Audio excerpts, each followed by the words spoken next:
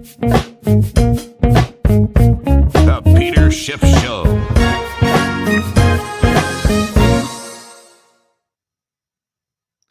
Well, as you can tell by popular demand, the Peter Schiff Show music, the theme song, is now back. I figured out a way to incorporate the music into the new live video format. So people have been messaging me about it, that they missed that music. Well, now the music is here. And, another thing that I'm going to be doing, I mentioned that I'm trying to up the quality of the podcast, gotten in some new equipment. I am intending on building out my studio here, but COVID-19 has kind of put that on the back burner. You could barely get anybody to do anything on the island right now. So I'm going to have to wait a while before I can do that. But another thing that I am doing is I am introducing sponsors to my podcast. I haven't had any sponsors at all. Although I did, when I did the Peter Schiff radio show, I had sponsors, I had commercials. But then when I moved to the podcast, I just never bothered to do that. But I really want to treat this podcast more as a business and not a hobby, because I think as a business, it could be a lot bigger. And that's my goal. I want to have a bigger audience, and all the big podcasts out there, they all have sponsors. So I might as well do the same thing. So the first sponsor for the Peter Schiff Show podcast is ExpressVPN.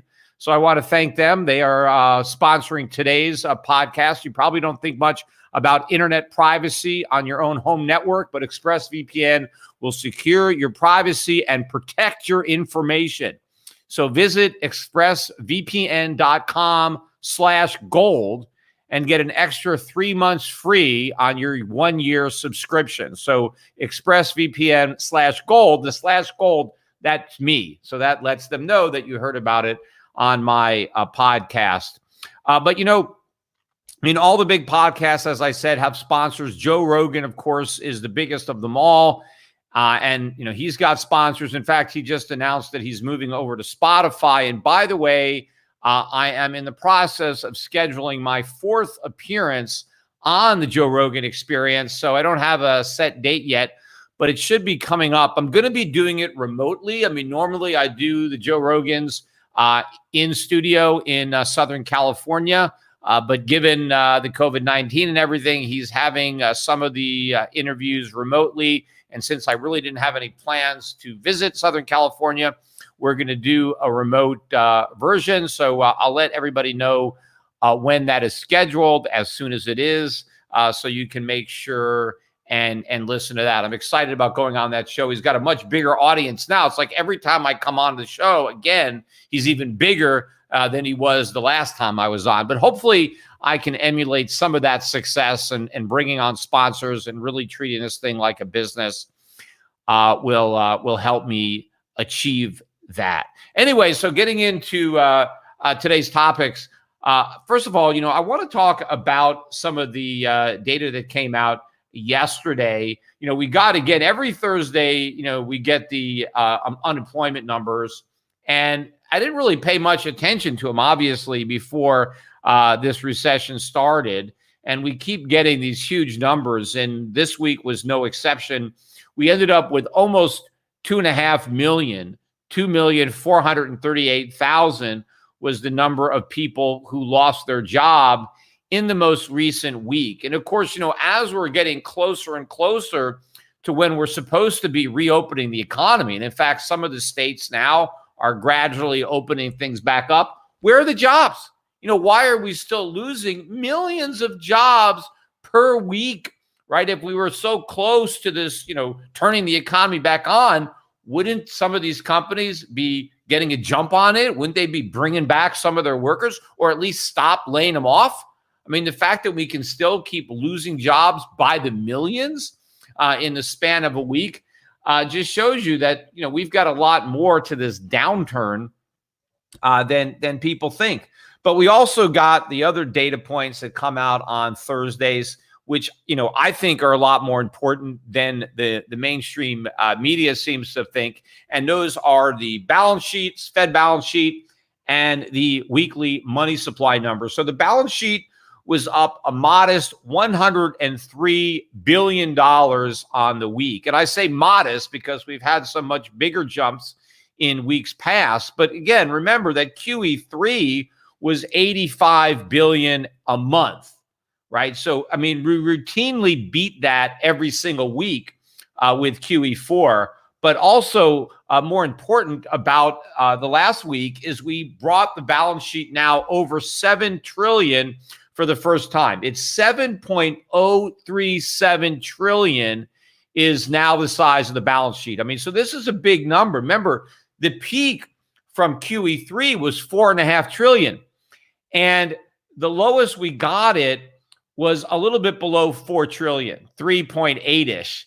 We've now about doubled, almost doubled that balance sheet since the Fed went back to QE, which is an amazing feat. I mean, not like in a good way, in a really, really bad way. And clearly, I mean, we could be at 10 trillion this calendar year. In 2020, we could have a $10 trillion balance sheet. And the crazy thing about it is nobody cares. Nobody is worried about this. You know, people were worried initially. I mean, I remember in 2009, 2010, when the Fed first launched QE1, right? And again, it wasn't QE1, it was just QE, because people didn't know, other than me, that they would keep doing them. But there were a lot of people who were skeptical about it, who were worried, even though it was much smaller than what we're doing now. Even Larry Kudlow, I talked about that. I made that YouTube video with the Star Wars theme. Kudlow was worried. He didn't like what the Fed was doing. A lot of people. I wasn't the only one. I mean, I was one of the only ones that was warning about the financial crisis, going on television, talking about the housing bubble and what was going to happen.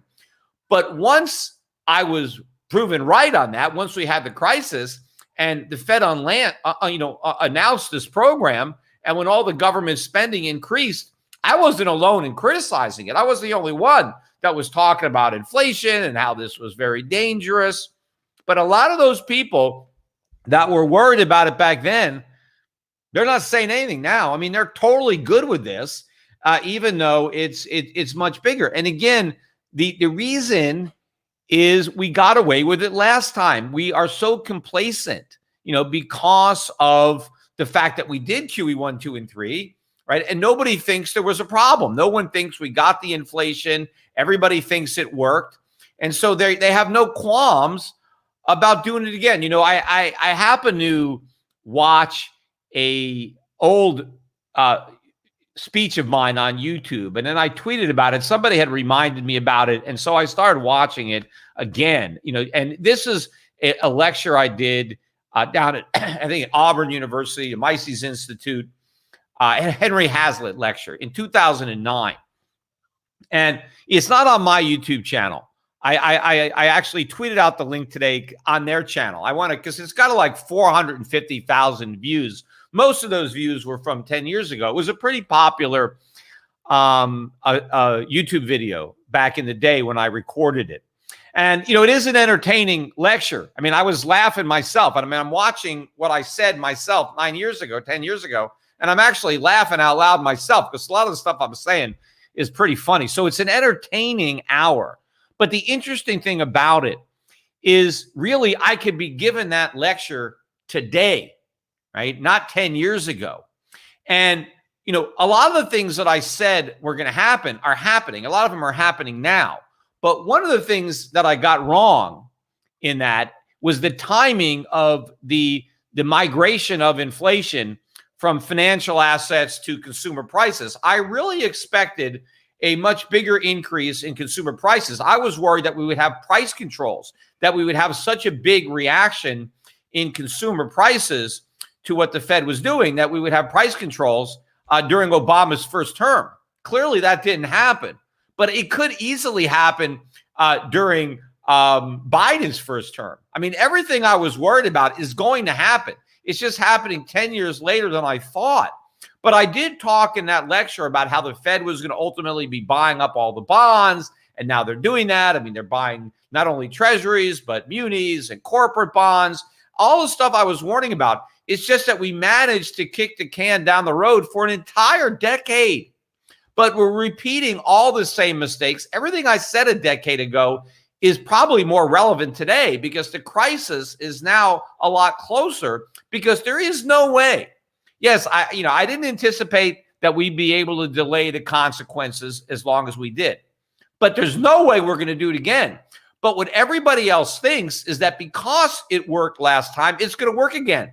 Because we got away with QE 1, 2, and 3, well, we'll get away with QE 4, even though it's much bigger. So even though the deficits under Trump and the bigger deficits that are coming under Biden, or even under Trump if he gets reelected, even though these deficits are much bigger. In fact, I'm looking online. You can see the national debt is now almost $25.5 trillion. We just hit $25 trillion last week. We're almost halfway to $26 trillion. I'm sure we'll hit $26 trillion probably sometime next week. I mean, these trillions are just adding up pretty quickly.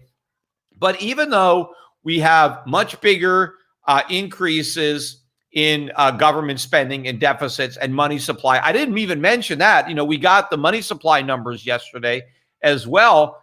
Another $225.4 billion in new money in 1 week. That follows the $198.9 billion that we got last week. When you're talking about $250 billion, the Federal Reserve conjured into existence $250 billion last week. This is money that didn't even exist, and now poof, it's here. The Fed waves its wand, and there's $250 billion in dollars that wasn't here. Now, is the Fed adding any value to the economy? No, the Fed doesn't produce anything. Not one widget, right? Not one product, no services. There's no value associated with that money. It's just new money that's spent into the economy. And all it is doing is adding claims on the stuff that's there, right? The Fed doesn't increase wealth. It just creates more claims on the wealth that's there. And who gets the claim? It's whoever gets the new money, right? Somebody gets a check from the government, and now they have a claim on some of the goods and services that exist. Well, at whose expense? At the expense of somebody who already possessed that claim, somebody who already had some money. Now that money buys less because somebody else gets to buy something with the new money that the Fed created. Now, sure, we can still suck in imports. The dollar hasn't collapsed yet. All of that is going to happen, right? Everything, go back and rewatch that talk that I did. And just imagine I just did it, because all the stuff that I was saying about what we were doing wrong following the 2008 crisis, we're doing all the same stuff now, only bigger following this crisis. And I think back then, I did not believe at that time, back in 2009, I did not believe that the Fed was going to succeed in reflating the bubble. I mean, I knew it was going to try. I mean, it was in the process. It was printing all this money. I just assumed that they would fail. Instead, they succeeded, right? They reflated a bigger real estate bubble than the one that popped in 08, and they inflated a bigger stock market bubble than the one that popped in 2000. And now they both popped again. In particular, the real estate bubble, commercial real estate, is already getting killed. And so we're repeating those mistakes on a grander scale, except we're doing it in an even weaker economy because we never really recovered from the recession of 08. We papered that over with a bigger bubble. So instead of correcting the imbalances that existed, we made the imbalances bigger. We went even deeper into debt. And so now that this bigger bubble has popped, the Fed is back to, the drawing board, doing exactly what it did back when I gave that talk, only printing a lot more money, running much bigger deficits. And so this time, there is no way to kick this can, right? We are going to now experience everything that I assumed we were going to experience back then, only much worse, only a much deeper collapse, even more inflation than we had then.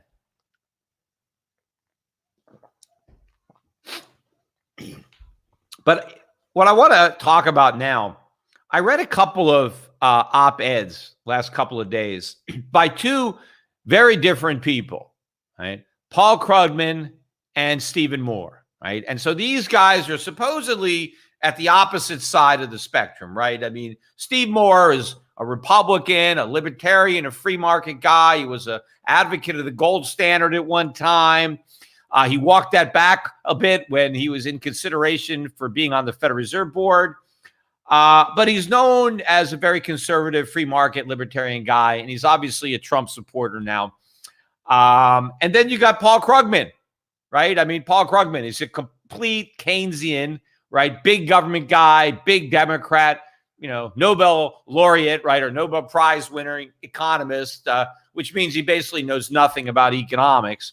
In fact, I often joke, if you could lose a Nobel Prize for being really dumb, for saying something really stupid, he would have lost his Nobel Prize a long time ago. He would be short many, many Nobel Prizes. He'd owe a bunch of them. But of course, you never have to give him back. I mean, I'm not even sure what he got it for, but I'm sure whatever it was, I would disagree with it. But in any event, they're very opposite guys, yet they're on the exact same page. When it comes to the Federal Reserve, right, both Paul Krugman, who supposedly believed in sound money and the gold standard, and Paul Krugman, right, who doesn't believe in the gold standard at all, right? But these two guys both want the Federal Reserve to print a ton of money, keep on printing, right? They're both advocating government deficits, right? I'm sure Steve Moore would prefer the deficits resulted from tax cuts, but he doesn't care. He just wants deficits. So even if it means more government, that's a trade-off he's willing to make because he wants the Fed to print more money, right? Because Steve Moore, according to him, the prosperity killer is deflation. That was his article, his op-ed that I read. It was like the real prosperity killer is deflation, right? So we can't have deflation. So the most important thing is that the Fed saves us from this menace of deflation. Now, of course, I've talked about this on the podcast. Deflation is not something that we have to be saved from. Deflation doesn't kill prosperity. Deflation causes prosperity, right? At least, when he is talking about deflation, he's talking about falling prices. Falling prices are what we want because when prices go down, we buy more stuff, right? Which is good. We want to have more stuff. The cheaper, the better, right? And, I know people say, well, that's bad for business. No, it's great for business because their costs come down, right? Their costs are also prices. And when your costs come down and your prices go down, you can maintain your margins. But what you can do when your prices are down is you can sell more stuff. So you do more volume. You make more money selling more affordable merchandise. So deflation is not a prosperity killer. Now, the mistake they make, right? They go back and they look at the Great Depression of the 1930s, right? Oh, prices went down. Yeah, prices went down. That's not what caused the depression. They want to act like because prices went down in the 30s, that's why we had a depression. No, that's not why we had a depression. It's the depression that caused prices to go down, but prices going down weren't the problem. They actually mitigated the problem. They cushioned the blow for people to see that, the cost of living went down. To try to blame the depression on the fact that prices went down, that's like, blaming the rain on wet sidewalks. The sidewalks are wet because it rained. It didn't rain because the sidewalks are wet. So when you say that we had a depression because prices went down, you got it backwards. Prices went down because we had the recession, the depression. And, the same thing happened. I talked about that on one of my podcasts not too long ago when I saw the airfares, right? Airline prices, ticket prices just collapsed, right? I think, I mentioned on the podcast, I saw like a $3 or $6 fare from San Juan to Boston. I mean, just crazy price, right? I mean, ridiculously low prices. That was the knee-jerk reaction. All of a sudden, nobody was flying, so the airlines just cut their prices, right? And that actually hit the CPI. One of the reasons that we got such a low print was because of the collapse in airfare. Well, anyway, I happened to go on the internet a couple of nights ago because I want to fly back to Connecticut. I've been here in Puerto Rico, and I want to come back in early June and go back to Connecticut. And so I'm looking online. And sure enough, the airfares have gone way up. I mean, there are more than they used to be, right? The coach fares that I was looking at were anywhere, I could get there was sometimes you can get a flight for, I think the cheapest I saw was $185 one way, but most of the flights were $225, $250, $300, $400. That's not what they used to be. If it wasn't a holiday, right? So obviously, if you want to go Thanksgiving weekend or something like that, yeah, they jack the fares up. But to just go on a normal day, the cheapest fares one way coach were usually around $115, $125. And there were plenty of them that you could find $150, $175. Mostly those are gone. And a lot of the flights, there used to be, JetBlue had a direct flight to Hartford. Sometimes you could take that because it's not that bad. They canceled all those flights. They don't exist. The only way to get to Hartford is you have to connect, and it takes forever. But the business class seats, I like to fly business class. Delta is the airline I typically fly. They had generally the best business class going between New York and Puerto Rico.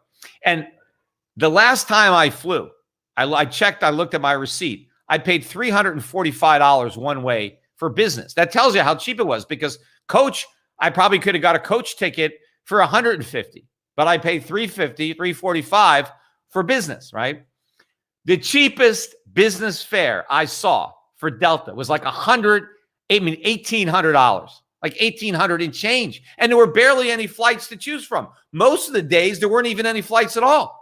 I mean, they had flights every day before. So they have completely reduced the flights. Even coach on Delta, I couldn't even find a one-way coach fare on Delta for less than $1,200. In fact, on the one flight I was looking at that had $1,800 business, the coach was almost $1,700. There was only like $100 difference between coach and business. So what's happened is, after the airlines, took a lot of planes and put them off in the desert somewhere, right? And they're storing them, and they canceled all these flights. Now the prices have gone way up. I said this was going to happen. The knee-jerk reaction is that prices went down, but now prices are way up. Now, are consumers better off now that the prices are way up? Of course not.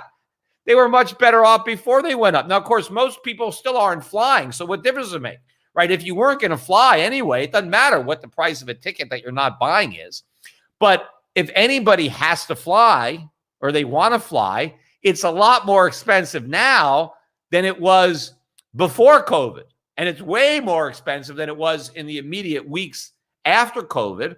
But according to Moore, the problem isn't that airfares went up. It's that they went down, that the falling price was the problem. No, it wasn't the problem. It was a consequence of the problem.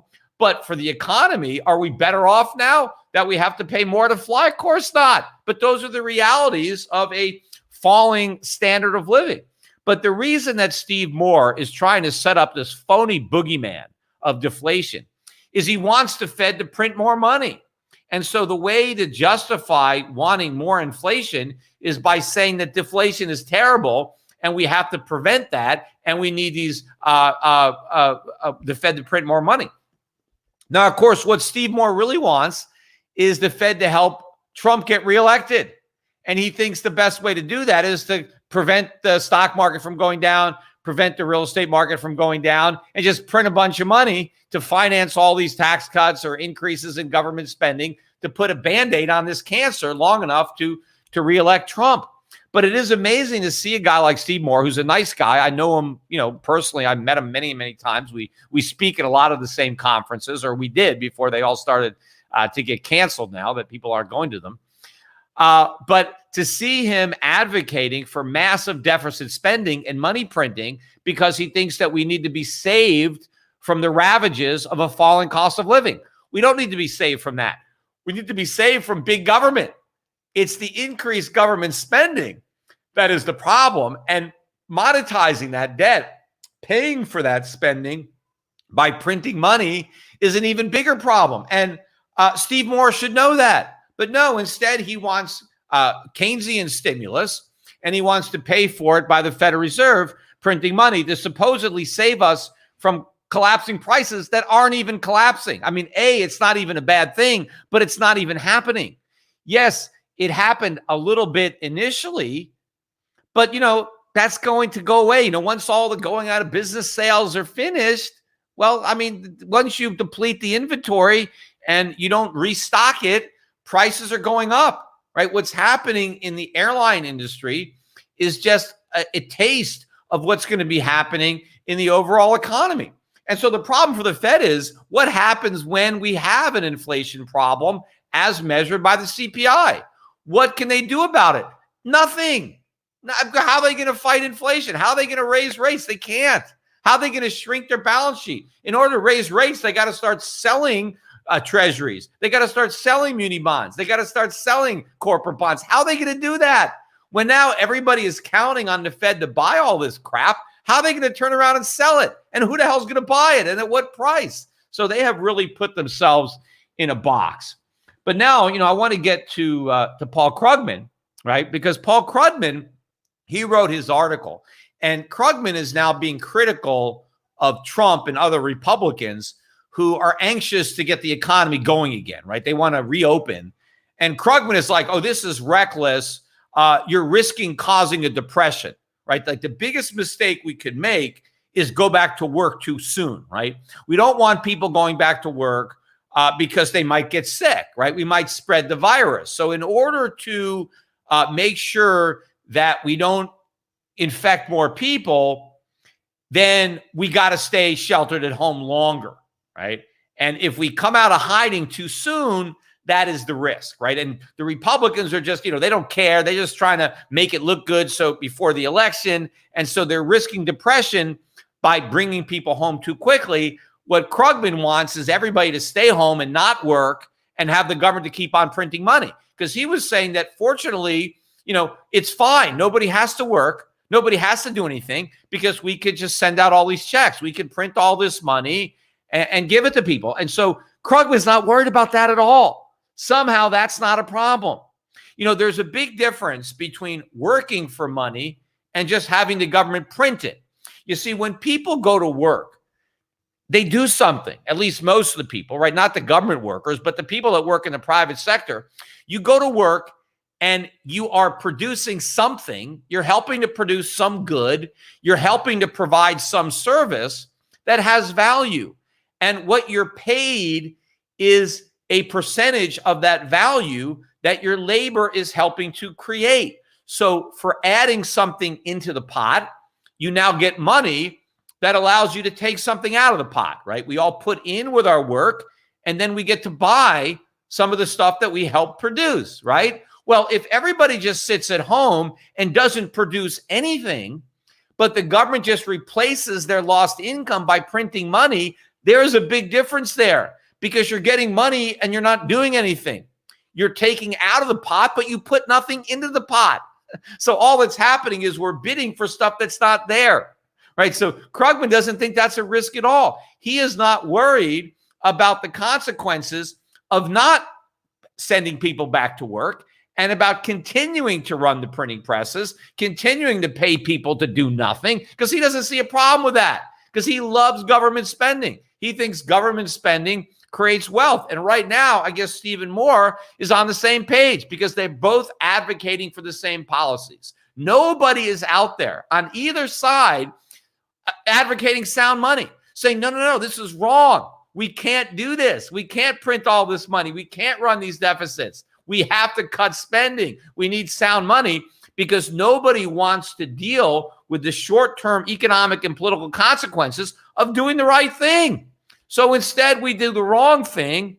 And because we got away with doing the wrong thing from 2008 until, the present, people think we can get away with doing the wrong thing indefinitely. Well, we can't. The people who were worried about the problems in 08, 09, like me, we were right. We were early, but we were right. The people who weren't worried were wrong, right? They don't realize they were wrong because the consequences were delayed.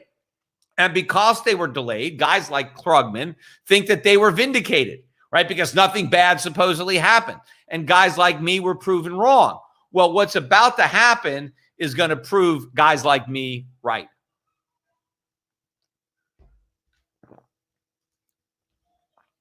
Anyway, before I get into the questions, and we got plenty of questions, which I've been answering on Friday, I want to talk a little bit more about our sponsor, ExpressVPN. So I want to make sure, ExpressVPN, I mean, the thing about it is your ISP, your internet service provider, right? When you're just browsing the internet, your internet service provider knows every site that you visit. I mean, everything you do, you leave a record of that with your internet service provider, and that information is there. And they have it, and they can supply it to any government agency that's requesting it. I mean, you have absolutely no privacy whatsoever when you are browsing the internet. But if you use ExpressVPN, that's different, because what's happening is everything you're doing is being routed through other IP addresses that are shared with multiple users. So what actually happens is all of your searches becomes anonymous, and nothing you're doing is actually going to be traced back to you. And in addition, everything that you're doing is 100% encrypted. All of your data is encrypted, so it's protected from hackers or things like that. And I know they have maybe some of these VPNs services that I think you can get for free, but they're really no good. I mean, you basically get what you pay for, and you get a lot of value when you're using ExpressVPN. In fact, one of the things I found out when I started using it, because I'm here in Puerto Rico, and these are just extra benefits when you have something like this. But I'm in Puerto Rico, and there's a lot of content that I can't access from Puerto Rico. I go there and I try to look at it, and it says it's not available in my area because for some reason it's not licensed in Puerto Rico. But when I'm browsing and I click on the ExpressVPN icon, which is on my laptop now, and now I start browsing through that, all of a sudden the computer, they don't know that I'm in Puerto Rico. I mean, they think I'm in Florida, wherever I happen to select.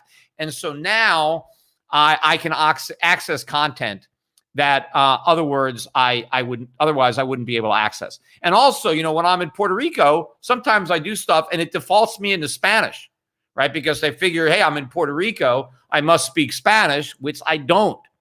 But if I'm browsing using the ExpressVPN and I'm pretending I'm in Florida, I don't get any of that. Everybody assumes that I'm speaking English. So I think there's a lot of benefits to having this service. So anyway, so to protect your online activity today with a VPN that I trust to secure my privacy, visit the special link at expressvpn.com/gold, and you can get 3 months free on a 1-year package. That's expressvpn.com/gold, expressvpn.com/gold to learn more about the first sponsor of the new and improved Peter Schiff Show podcast. Anyway, let me go to the Q&A.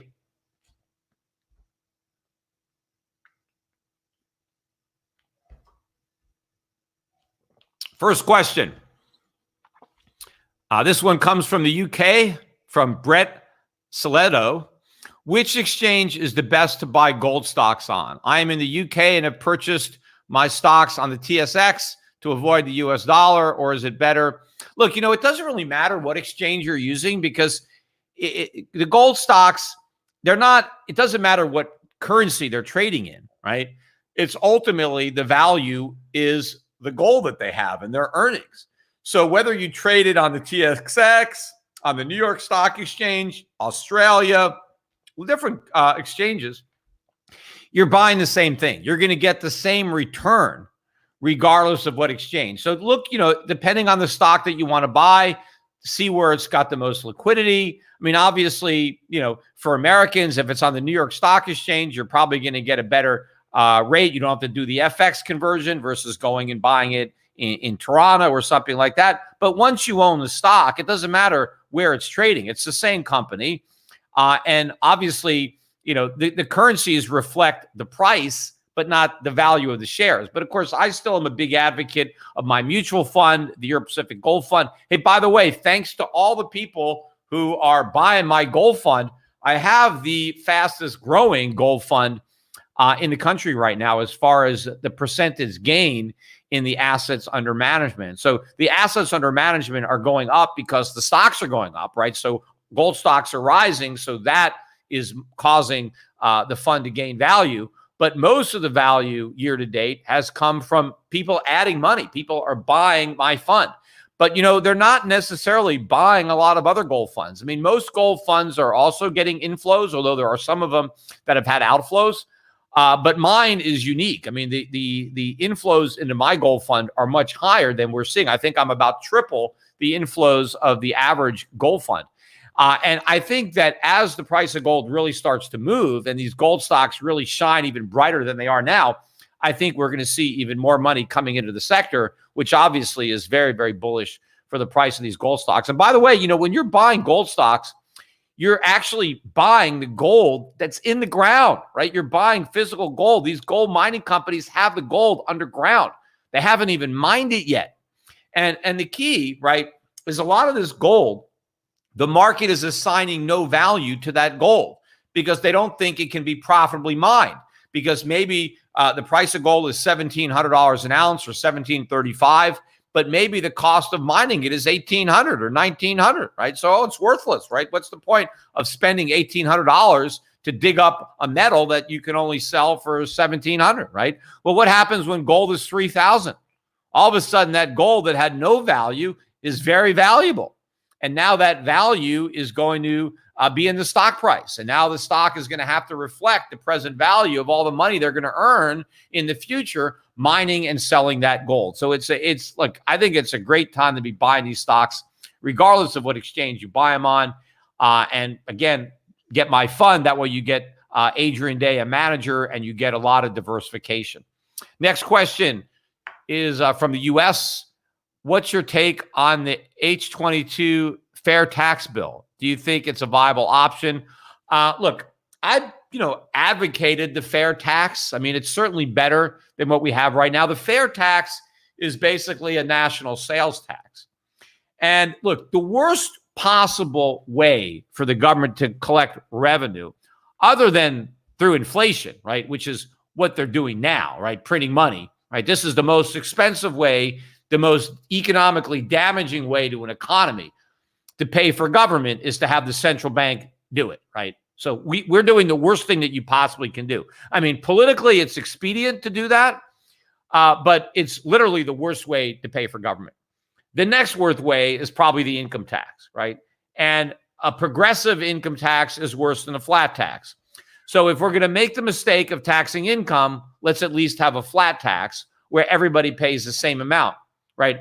And what I like about that, too, is I don't like voters paying for higher taxes that they themselves don't have to pay, right? It's one thing to vote to tax somebody else, but it's a whole other thing to vote to tax yourself. So I think everybody should be subject to any tax. So if you're going to vote for higher taxes, you should have to pay a higher tax yourself. You shouldn't be able to vote for higher taxes that other people are paying, but you're avoiding, right? I don't like that, right? But I don't like taxing income at all. Right? Why would you want to do that, right? There's an old economic adage that you get less of what you tax and you get more of what you subsidize. Well, we want hard work. We want people to save and invest. Why tax that? Why discourage people from working and investing by putting a tax on it, right? So what we should do is we should tax consumption, right? Now, that doesn't mean that the rich people escape taxation, because you have to consume your wealth.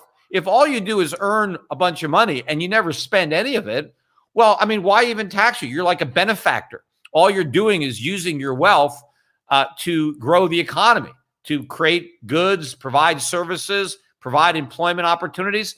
But when rich people try to spend the money they've earned, then let them pay the tax, right? And since rich people spend more money than poor people, they will pay a higher tax than poor people. Right? I mean, because they're going to buy more stuff. So you're still going to get more taxes from the rich, but you're going to tax them when they're spending their money, not when they're earning their money. So you don't want to discourage earning. Plus, the other reason to favor a sales tax over a income tax is that it's very easy to pay the tax, right? You buy something, right? And there's a tax, right? Let's say there's a national sales tax that was 10%. I buy something for $100, I pay a $10 tax. It's real simple. I don't need a lawyer. I don't need a tax accountant. I don't need to keep books and records. I mean, it costs the economy a fortune to comply with the income tax, right? All the record keeping and all the legal and services and accounting services and all of that money and all of that time and effort spent complying with taxes diminishes economic productivity, to say nothing of individual liberty, where now the government is spying on everybody and we've lost all of our rights because the government wants to make sure that we're not evading the income tax. We'll just have a sales tax. It's easy to collect. It's simple to collect. Nobody has to fill out any forms. Nobody has to swear on the penalty of perjury or risk going to jail or all this stuff. And then you don't have to have all kinds of trusts and complicated structures that people create to try to minimize their taxes. All of this is a waste. All of the time and effort gone into avoiding taxes is effort and resources that can't go into producing goods and services. So you want to have a tax that is very simple to collect, and you want to focus it on consumption. The thing is, obviously, I don't think the government can collect as much revenue from those type of taxes as they do from income taxes, which is great because I don't want the government to collect all this revenue, but that means we need massive cuts in government spending. So if you want a fair tax, if you want a tax that doesn't cause you to give up your constitutional rights, right, then we have to have less government. We need cuts in government spending. But unfortunately, none of the advocates of the fair tax are talking about dramatic cuts to government spending because that's the only way it's going to work. Next question from Europe. What do you think about the monetary base rising faster than M2 during QE, lowering the money multiplier? Why won't that cause deflation? Look, what the Fed is doing right now is massive inflation, right? It's not even about waiting for the inflation. We don't have to wait for anything. The inflation is here, right? What we're waiting for is the consequences of inflation to migrate from financial assets to consumer goods. That's going to happen. But if you wait for that to happen, it's too late to do anything about it. It's too late to protect your wealth. It's too late for the government to do anything about it, right? That's why they're supposed to be preemptive. They're not supposed to wait till they see the whites of inflation's eyes before they fire. They're supposed to anticipate the eyes and fire before, right? That's the whole idea. But now they're saying, oh, no, we don't want to do that. We're going to wait until the inflation genie is completely out of the bottle. And then, oh, yeah, it'll be really simple to put her back in, which, of course, it's not. It's impossible to do that, especially when you've inflated a bubble the size of the one that we have now, which is completely dependent on keeping interest rates at zero. How do you raise interest rates dramatically above zero to fight inflation once you've created an economy that's so addicted to keeping rates at zero? And how does the Federal Reserve go from the biggest buyer of treasuries and bonds to the biggest seller? How do they unwind this balance sheet? They could not even shrink a $4.5 trillion balance sheet before we started the hemorrhage in the fourth quarter of 2018. How are they going to shrink this balance sheet, which is already $7 trillion and rising? You know, by the time they finish this program, maybe we're going to have a $20 trillion balance sheet. How are they going to shrink that? And what are they going to shrink it to? 19 trillion? And then they're going to have to blow it up again? So no, I mean, deflation is not the problem. It's inflation. And the real problem is hyperinflation. That's the worst possible risk. Next question, Todd Perfito.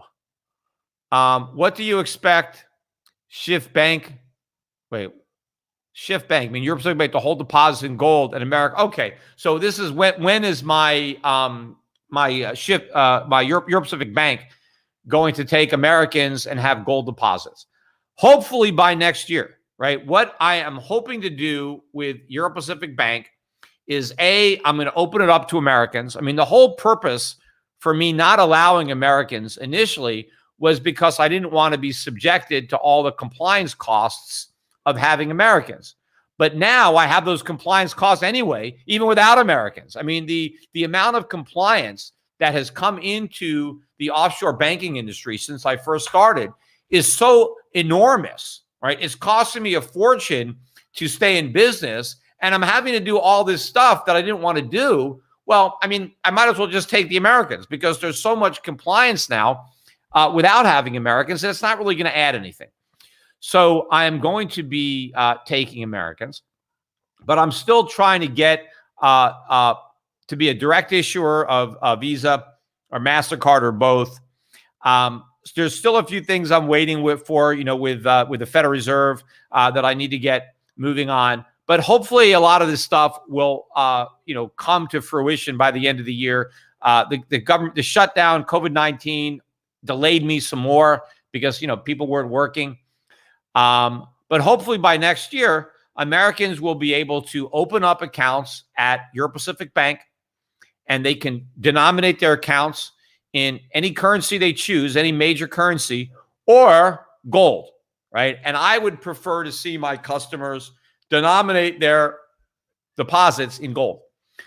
But the bank will hold your gold just like it would hold your dollars or your euros, right? I would, just like if you went to Bank of America and you open up an account and you have dollars, right? That you've actually loaned your money to Bank of America. They have your dollars, right? And now you're a creditor.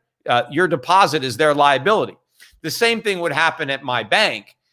Your deposit would be my liability, but I would hold your deposit in gold and credit your account that gold. So now you're basically banking gold, right? Which is, I have the URL bankyourgold.com is one of the ways I want to market it. But you're having a bank account where the currency for your account is gold bullion. And I've written that into our core banking software. And so now anything you do with that bank account is from gold, right? If you get a debit card and you use it, you're spending your gold. And so whether you're using it in the US or whether you're using it in Europe or Asia, the gold will be sold to get the currency that you just spent, right? To buy something, right? If you want to send a wire, right? Gold would be liquidated to fund that wire in the currency that you're wiring. If you're doing a check, online, we're not going to have physical checkbooks, but you'll be able to do that.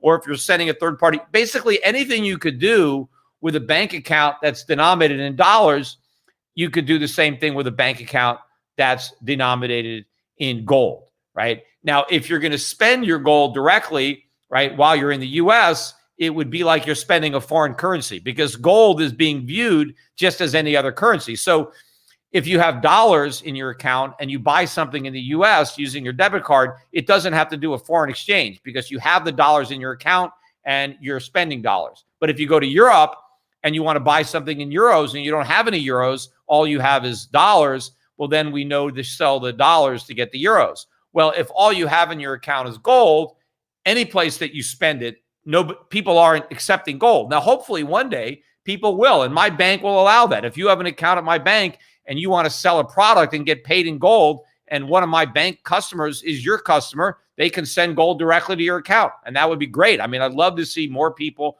transacting in gold, right? But since most merchants are not going to be, selling for gold, they're going to want dollars or euros or, yen or wherever they happen to be.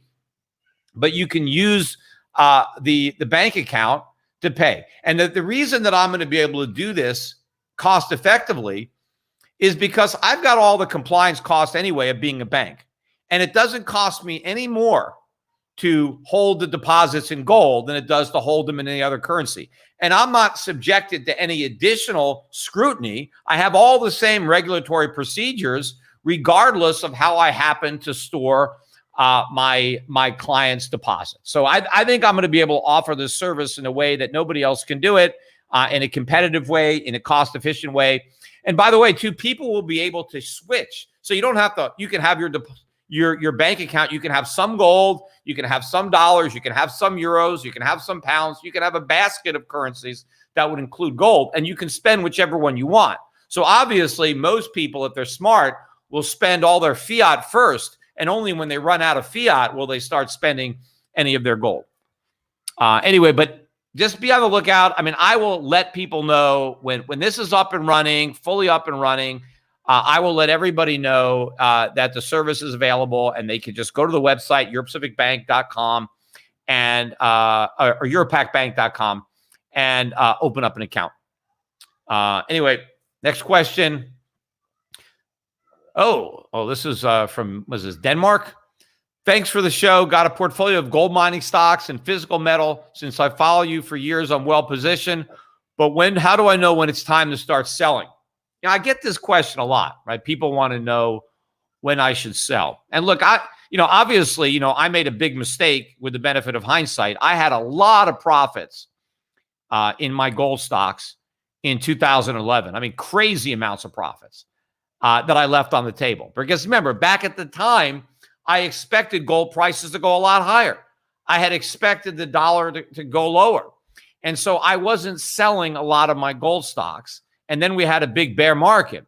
Now, what I did is I used the bear market to accumulate even larger positions than the ones I had before.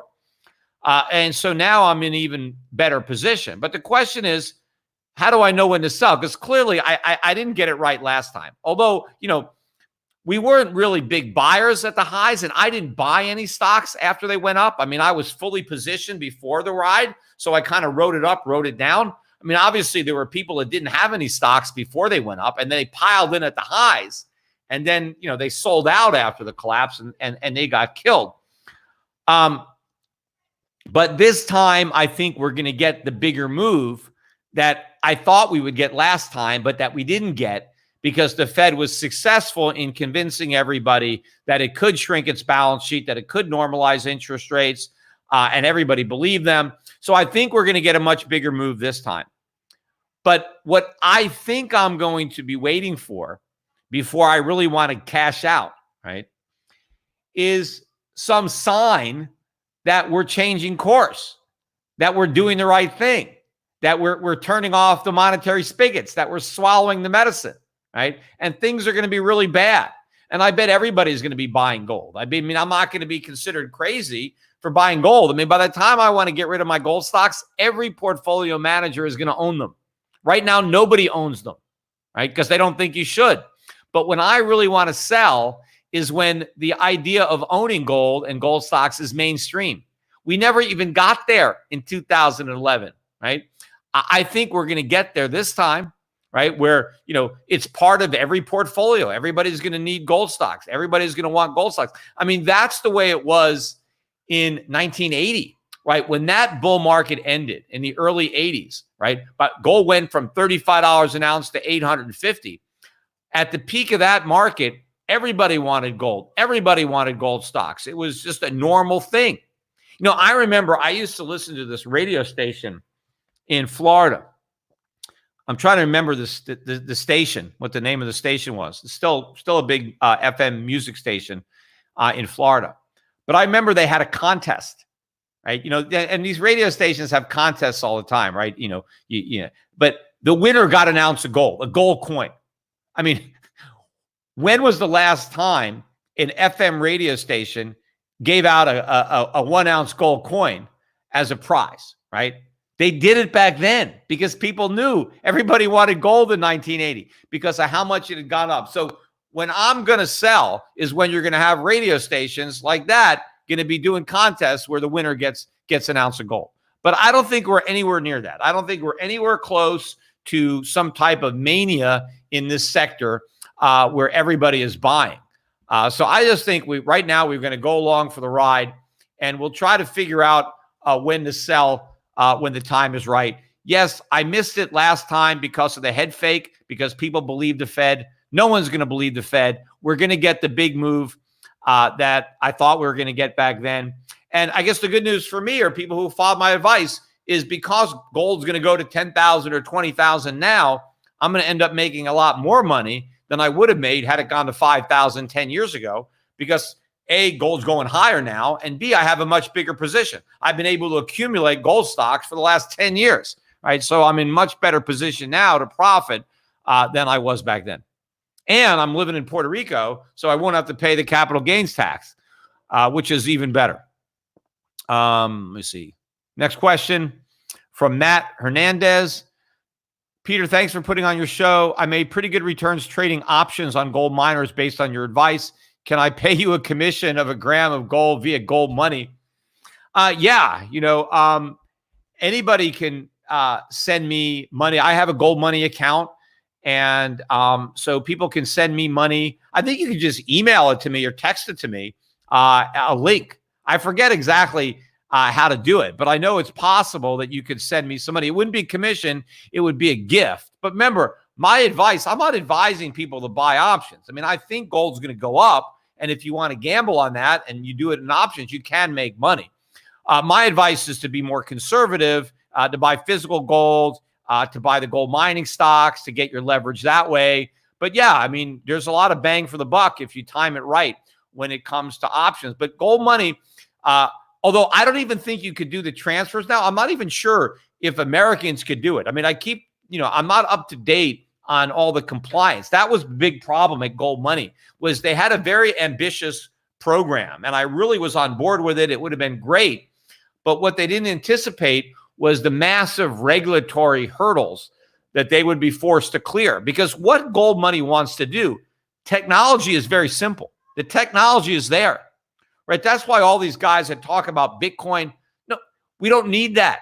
The technology that we have today makes it so you can transact in grams of gold. You can buy a pack of chewing gum and pay for it in gold. That's how small a unit you could break it down, right? It's very efficient. It's the government that is making it inefficient by design, right? So that's one of the things I'm hoping to overcome at my bank. But what I won't be able to do at my bank, I won't be able to have a platform where people can buy $50 worth of gold, $100 worth of gold. It is impossible. Gold Money had the goal of doing that, right? They were going to allow people to have a $50 account, a $100 account. And technologically, it's no problem. You could do it. But the compliance costs make it impossible. And they would make it impossible for me. My bank would lose money on a $50 account in order for me to even break even, let alone make a profit. And my bank is not in business to break even. I want to make a profit like every business. And so I have to charge my customers enough to make a profit. Well, the problem is I'd have to charge these small accounts so much that it wouldn't even be worthwhile for them to have an account.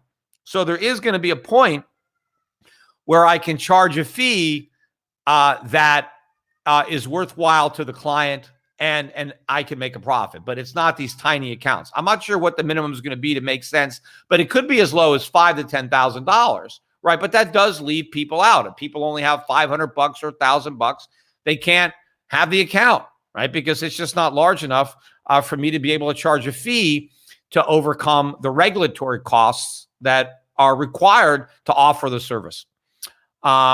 Next question. Oh, here's a $100 one. All right, this is a big question here. This comes from Summertime 2413. Hi, love your takes. I'm investing in silver equities. Mag Silver, First Majestic. When the S&P crashed, will these get brought down with it? Like in March? Look, all the stocks went down in March. The gold stocks went down. In fact, they went down more than the non-gold stocks. And I was on this podcast pounding the table, telling people, buy these stocks. They're throwing the baby out with the bathwater. For whatever reason, people were making huge mistakes selling their gold stocks. Now, obviously, there were some people that had no choice. They had margin calls. They had to sell. But the people who were choosing to sell because they were panicking were making mistakes. And I know I had clients that wanted to make those mistakes. Many clients, I was able to talk them off the ledge and they didn't sell. And there are some that did. And some of the stocks that I own, some of these silver stocks are almost triple. If you look at what the low was, I think it was March 23rd, my birthday, in the morning, right? The morning after the Fed cut rates to zero, there are stocks that have almost tripled from where people sold them back in March, right? Feel really bad for the people who sold. The people who bought, got a gift, right? So if we have another big crash, it is possible that the gold and silver stocks will go down again. I just don't think they'll go down nearly as much as they went down last time. And I think they'll bounce back. But they might not even fall. A lot of it might depend on what's happening with the dollar and what's happening with the price of gold. Because initially, right, we got a drop in the price of gold too. But if we get a big move up in gold, if we get a drop in the dollar, then I don't care what's happening to the stock market. Even if the stock market crashes, my bet is that gold stocks go up. So I would just buy them. Don't worry about the stock market crashing, because if it does, and if it temporarily drags down your gold stocks, it's no big deal. Just buy more if you have the cash. Next question from Gary M. if you're predicting a collapsing dollar is correct, if your prediction of collapsing dollar is correct, is it not counterintuitive to invest in U.S. gold stocks? Will gains not be wiped out? Of course they won't be wiped out. If the dollar crashes, your gold stocks are going to soar in value. Now, look, even if the dollar loses, let's say the dollar loses 90% of its value. Well, now your gold stocks, I mean, they'll go up a lot more than tenfold, I think. But when you sell them, you're going to get a lot more dollars, 10 times as many, 100 times as many. So, the dollar crash doesn't take away your profits because you're going to have bigger dollar profits. So you'll get a lot more dollars that have a lot less value. Now, if the dollar ends up having no value, if it gets completely wiped out, well, then obviously you're not going to sell your gold stocks for dollars. You're going to sell them for whatever replaces the dollar, right? But my guess is that the dollar is not going to go away. I think eventually the dollar is going to be backed by gold again, just like all the other currencies. And so maybe when you sell your gold stocks, you'll do it for gold, for dollars that are now backed by gold. But you're going to end up with a lot more dollars than you'd have now because the value of those gold stocks is going to go way up. The dollar is just how we price them. The value is independent of that price, right? Because it's just a measure of what it's worth in terms of the dollar. But the dollar could lose a lot of value. And so now you would get many more of them when you go to sell your gold stocks or when you get a dividend on your gold stocks. Your dividends will be for much more dollars. You'll get a lot more dollars in your dividends that now have less value, but now you got a lot more of them. So now you can afford to buy stuff. Next question. Should I choose junior mining ETFs or junior individual companies because of the swap lines that are the safe? Yeah, there was I mentioned this video about the risk of being in countries that don't have swap lines with the Fed, and are these countries going to have an economic problem? Are they going to have to nationalize the mines? Look, I just thought that warning was more to sell newsletters. I don't think it's that much of a concern. And so I would ignore it. But I don't recommend the ETFs. I recommend my fund, right? When you're buying an ETF, you're buying everything. You're buying a basket. I just think that Adrian Day, who manages my gold fund, with his experience and his knowledge of this industry, knowing the players, knowing the companies, knowing the management teams, knowing the mines, I think that he is going to give us a better portfolio. There's, people talk about the efficient market hypothesis, right? All the information is out there. There's no point in trying to beat the market because everybody has the same information. I don't think that's true. Certainly not when it comes to gold stocks. I think there's a lot of people that don't know anything about gold stocks who are managing gold funds. I don't think the best and the brightest have gone into gold, right? They've gone into other sectors. And very few people have the experience and know-how that Adrian Day does. That's why I hired him. So I don't think it makes sense to just buy everything. I think if you've got a smart guy that knows the industry, he knows what to buy and he knows what to avoid.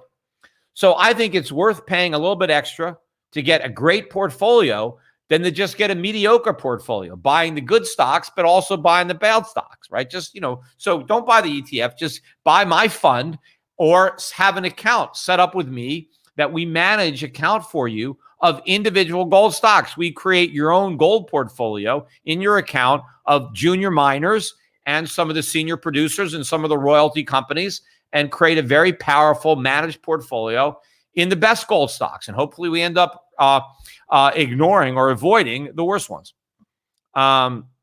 Next question comes from the UK.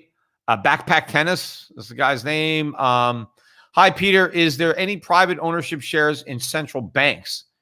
Well, look, I mean, the Fed is a private banking syndicate, right? I mean, it's not part of the government officially, even though they de facto operate as if they were a branch of the government. They're not. In fact, if you get a letter from the Federal Reserve, you'll notice that there's a stamp on it. Why? I mean, they can't frank it. You get a letter from a government agency or department, they don't buy a stamp. But the Federal Reserve is private. They have to buy a stamp. In fact, the way the Federal Reserve works, they generate a profit, but then they pay 100% tax on the profit that exceeds a set amount. I forget what that is. It might be like 5% or 4%. I forget the profit that they're allowed to make. But everything above that, and they earn a profit, by collecting interest on their bond portfolio or whatever, but they have to pay 100% tax, which is one of the reasons that these guys are spendthrifts. I mean, you look at that building. I mean, have you ever seen an image? Go Google it on YouTube. The Federal Reserve building is a beautiful building. It is the most expensive building in Washington, D.C. They spared no expense because it was all deductible, right? It came against their profits, right? So they had a vested interest in the most expensive, the most lavish building they could make, because if they didn't spend the money, they were going to have to give it to the taxpayer, give it to the government. So it is the most over-the-top building in Washington. But yeah, I mean, they are private, but there's no way to buy stock in the Federal Reserve. I mean, the stockholders are set a long time ago, and there's no way to buy shares.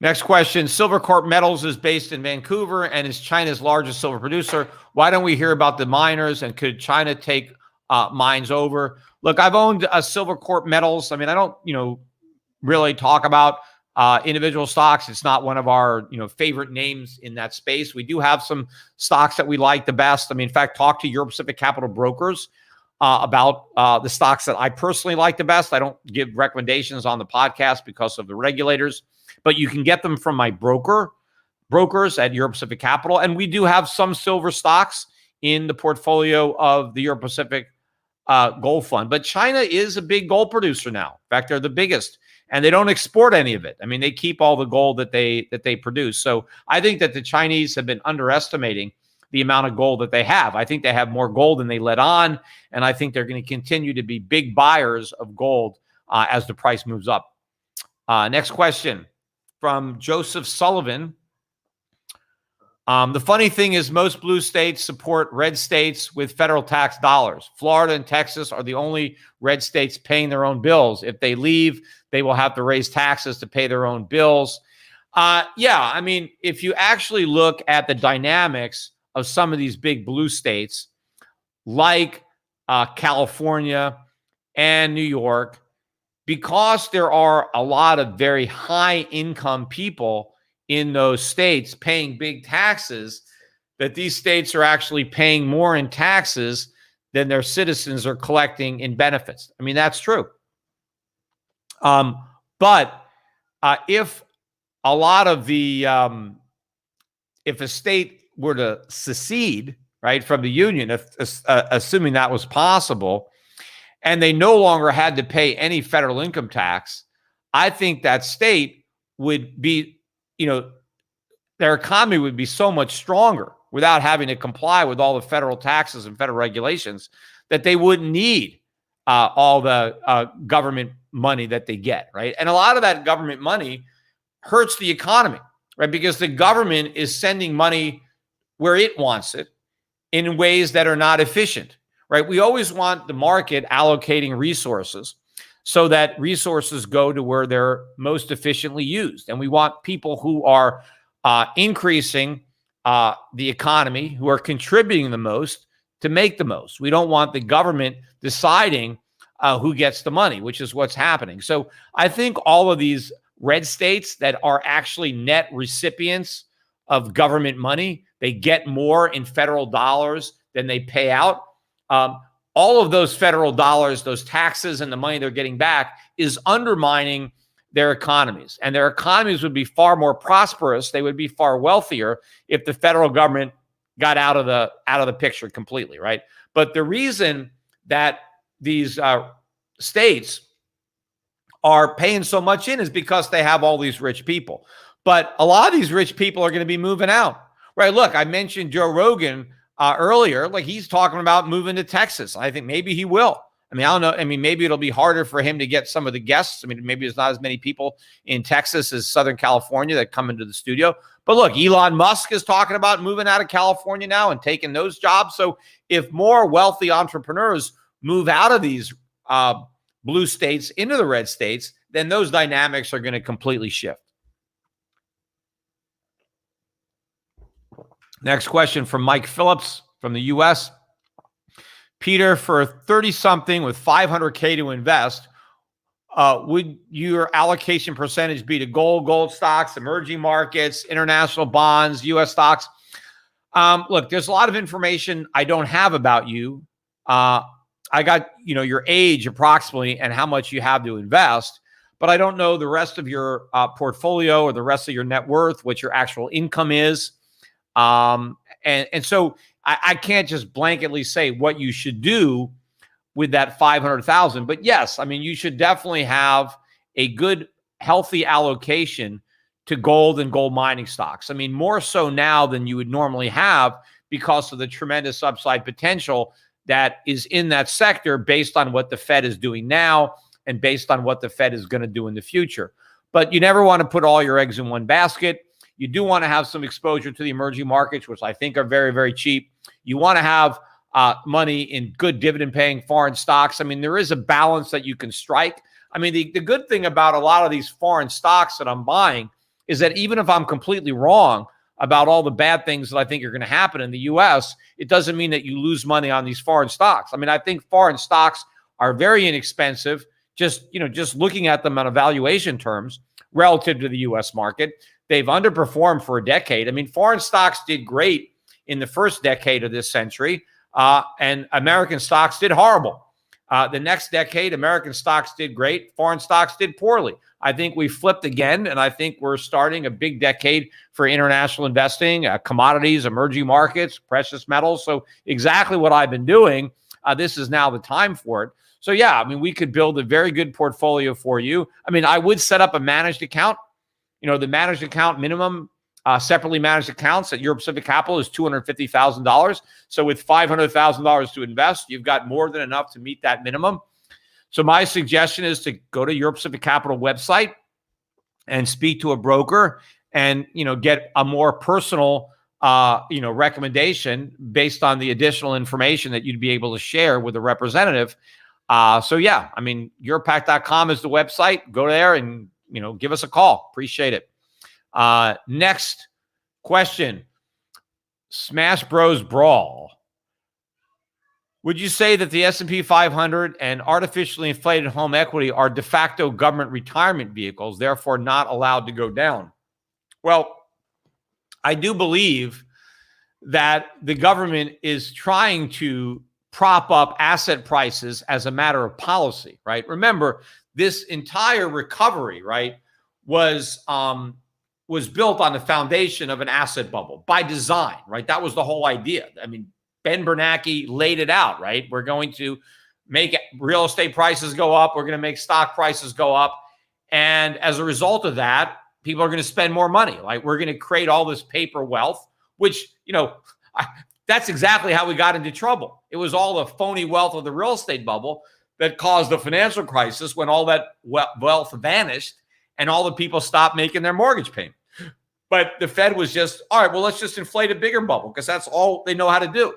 They have no stomach for a real recovery. So we just went back to another bubble because politically that was the one that was the easiest path to go down. And so, yes, of course, they are targeting asset prices. That's why when the stock market goes down, the Fed cuts rates. The Fed goes back to QE. So they're trying to keep the real estate market up. They're trying to keep the stock market up, but they're damaging the economy in the process, which ultimately is undermining the value of stocks and real estate that they're trying to prop up. So the more they try to artificially prop up asset prices, the more real value they destroy of the assets that they're propping up. So eventually the whole thing comes tumbling down, either in reality or in real terms, because we have hyperinflation, because the dollar crashes. Instead of the asset prices going down, the value of the dollar that they're priced in goes down. And the result is the same. You get wiped out, right? Instead of, having less money, you have more money, but you can buy less stuff with it. And that's where we're headed. Next question. I'm in my 20s. I do not have a lot of money to buy gold. Is there anything I can do to set myself up to succeed? Well, I don't know how much money you have. You could buy silver. But, if you don't have much money, look, you don't have anything to lose, right? Other than the value of your wages. But if you're spending all your wages as you earn them, well, you're not going to get wiped out to inflation. In fact, if you have some debt, then your debt will get wiped out. I mean, you end up suffering because you're living in a poorer country. But as an individual, the people who have the most to lose are the people who have the most savings, the people who have the financial assets that are going to be wiped out. I mean, one of the things I have advocated for people who don't have a lot of money is just to stock up on stuff, right? I mean, if you have an extra $100 or $200, there's no point in saving it. Just buy more stuff, right? I mean, stuff that you're going to need, like buy more food, buy more supplies, buy things that you're going to need to buy in the future. If you got extra cash, just buy those things now and store them in a closet somewhere. Because when you go to buy them in the future, they're going to be more expensive. That's just the reality. Or they may not even be available, right? There are a lot of products that you might not even be able to buy. So stock up on those. Next question. Been watching, listening, and reading you since 2007. Thanks for opening my eyes. It's changed my life for the better. Keep up the great work. Oh, okay. That's just a compliment. I appreciate that. Zelbach Pike. It's an interesting, weird name, but anyway, thanks for the compliment.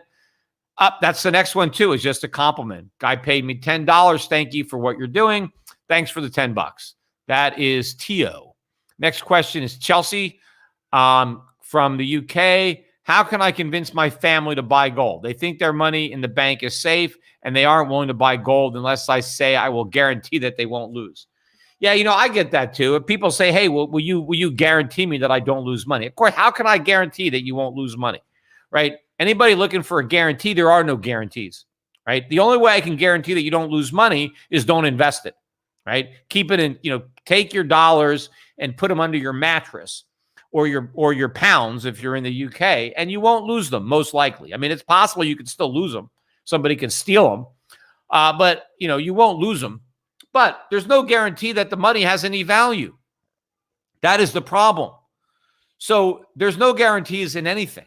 Even the things that people think are safe are not safe. So what people have to decide is what risks do they want to take? So if you own gold, you risk the value of gold going down. If you own dollars or pounds, you risk the value of pounds going down. Now, in my mind, the odds of the dollar or the pound losing value are much greater than the odds of gold losing value. Now, obviously, in a very short time horizon, a day, a week, or month, then maybe the odds are greater that gold loses value than dollars or pounds. But as you go into a longer time horizon, I think the overwhelming odds favor gold. After all, the supply of gold is increasing very slowly. The supply of dollars or other currencies is increasing very rapidly and will likely increase even more rapidly in the future.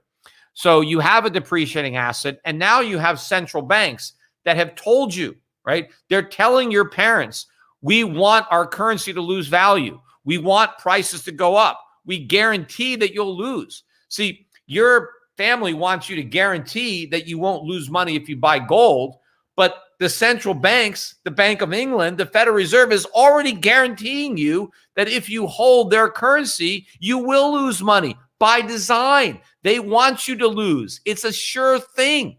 If you hold fiat currency, you are guaranteed to lose. So if you don't want that, if you don't want to lose your money for sure, then you got to do something else with it, right? And let them know, hey, gold is a much better alternative. Right? And just look at the history. Just show them a history, a long-term chart. There's a long history of the pound, right? In terms of gold. You can go back hundreds of years and you can see a beautiful long-term trend of the British pound losing value relative to gold. So what do you think? Is that trend going to continue, or is that trend going to change? Right? I think a trend that's been going on for hundreds of years is likely to continue, not change. And if you want to bet on the trend continuing, then you bet on gold. If you think the trend's going to change, then you can bet on the pound. But if you look at what's been driving the pound and other currencies lower, it's even more now, right? What governments and central banks were doing to destroy the value of their currencies, they're doing more of it now. So now they're going to succeed in destroying even more value even quicker. So the case for gold has never been stronger than it is right now. Next question is from Europe. Do you have a real example of a successful country, both for people and businesses, that has a small government? Well, look, yes. I mean, you could look now at countries that have less government, right? Look at Singapore, right? Look at Hong Kong, or look at even countries that have gone from a lot of government to less government, like New Zealand, right? Or look at countries where the countries have been split, where you have the same culture, the same people, but you split it, right? Look what happened when we had West Germany and East Germany, right? Look at Taiwan versus mainland China, when mainland China was really communist. Or look at Hong Kong versus China. Look at North and South Korea. Look at Vietnam, when you had, you have all these examples where you take a culture of people that are identical in every way, and then you separate them, and one group has a socialist economy with more government, and then one group has a freer economy with less government. It's always the freer people that prosper. The less government you have, the more prosperous you are. Look at all these countries that rank really high in economic freedom. They're the wealthy countries. Look at the countries that are at the bottom of the list when it comes to economic freedom. They are among the poorest countries in the world. So there is a direct relationship between the amount of government and the amount of wealth, right? The less government, the more freedom. The less government, the more prosperous people are. And then you can look at countries, and you can look at how they've evolved. Countries have gone from a lot of government to less government, or from a little bit of government to a lot more government. And they always do better when they have less government, right? So as they shrink government, prosperity grows. As they grow government, prosperity shrinks.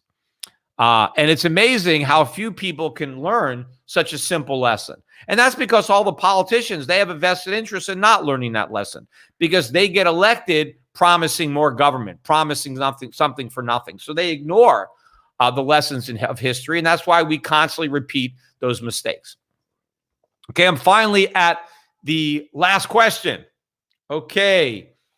Do you think the government will ever enact Executive Order 6102 again if gold, silver prices rise? Is it possible the government will confiscate gold again? And what recourse should we do? What will that do to gold mining stocks? Look, I mean, obviously, there is a lot of concern about government confiscation. Roosevelt did it in 1933. But first of all, again, you got to remember why Roosevelt confiscated gold. Roosevelt wanted to devalue the dollar, because before Roosevelt confiscated gold, it was $20 an ounce, right? So you need each ounce of gold, you could buy an ounce of gold for $20. And Roosevelt wanted to devalue the dollar. But before he could do that, he had to get everybody's gold. So the executive order, everybody turn in your gold, right? And if you're a patriot, you're going to turn in your gold.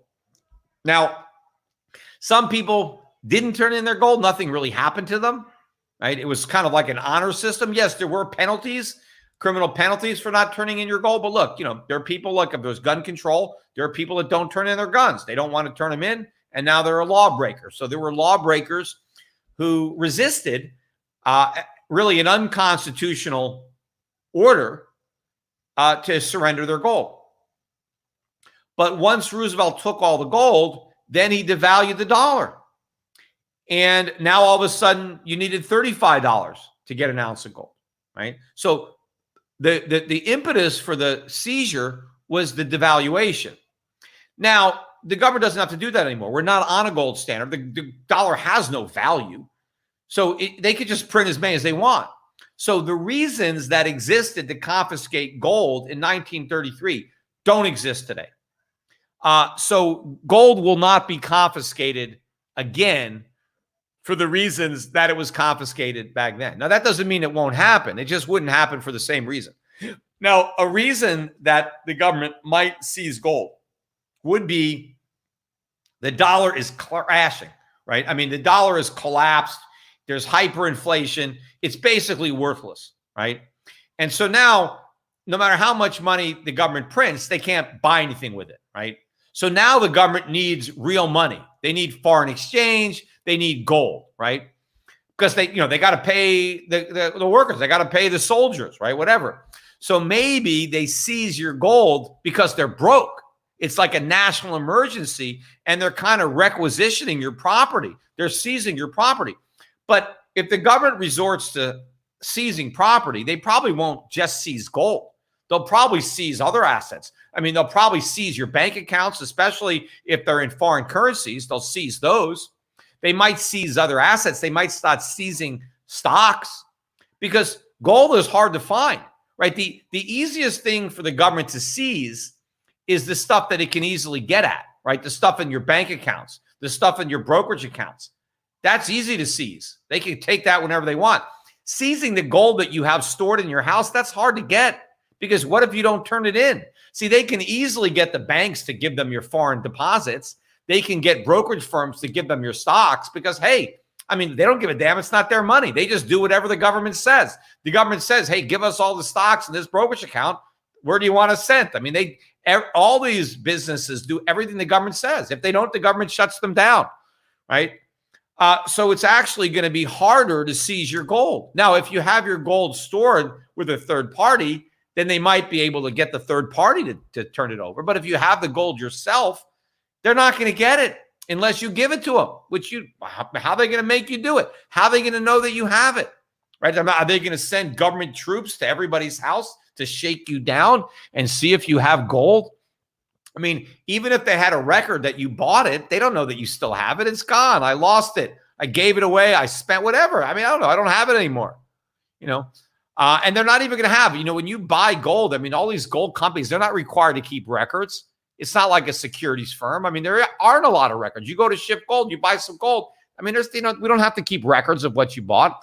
We're supposed to keep records of what you sell because we're supposed to tell the government something's been sold, I think. And here, we paid out money to so-and-so. But when you just buy some gold coins, you're not required to report that. I mean, there's no record. And that's, people go into coin shops, they go in, they buy a gold coin. There's no record. They walk out. It's like you're buying a product, right? When you're buying gold, you're buying a product. It's like going to a grocery store and buying food. They don't, the government doesn't, they don't have to report that you bought these items. So when you make a purchase, when you purchase some gold, I mean, you just bought something. So the reality is seizing gold is going to be a lot more difficult than a lot of other assets that are going to be the low-hanging fruit that the U.S. government might seize. And they might. Look, we could have exchange controls. The government could do all sorts of things when there's a monetary crisis. See, right now they don't have to. They just print money, right? Because the money they're printing still buys things. The dollar hasn't fallen yet. So they don't need our taxes. They don't need our assets. They can keep printing money. Once the money they're printing doesn't have any value anymore, that's when they need our stuff. And that's when you have to worry about the government seizing stuff. But I think the thing that they're least likely to seize successfully is your gold. Now, what would that mean to gold miners? Yeah, if the government started seizing the gold from the mining companies, they can get the mines in the U.S. They're not going to be able to seize the gold that's mined in Canada or the gold that's mined in Central America or Australia or any place else. So yes, that could potentially put the deposits of gold mining companies in the U.S. at risk, right? Which is why I think the political risk in the United States is being understated, right? Somebody asked a question earlier about, should you invest in mines that are in countries that don't have swap lines with the U.S. Federal Reserve, because of the political risk. I think that there's a lot of political risk in the United States, not just for gold companies, but for all companies, right? Because when, they can't just print money anymore, they're going to start seizing stuff. They're going to start nationalizing stuff. And so there is a lot of political risk in all sorts of assets here in the United States. Anyway, that's it for today's podcast. Have a great weekend, everybody. And I will be back again next week with more of the Peter Schiff Show podcast. Bye for now.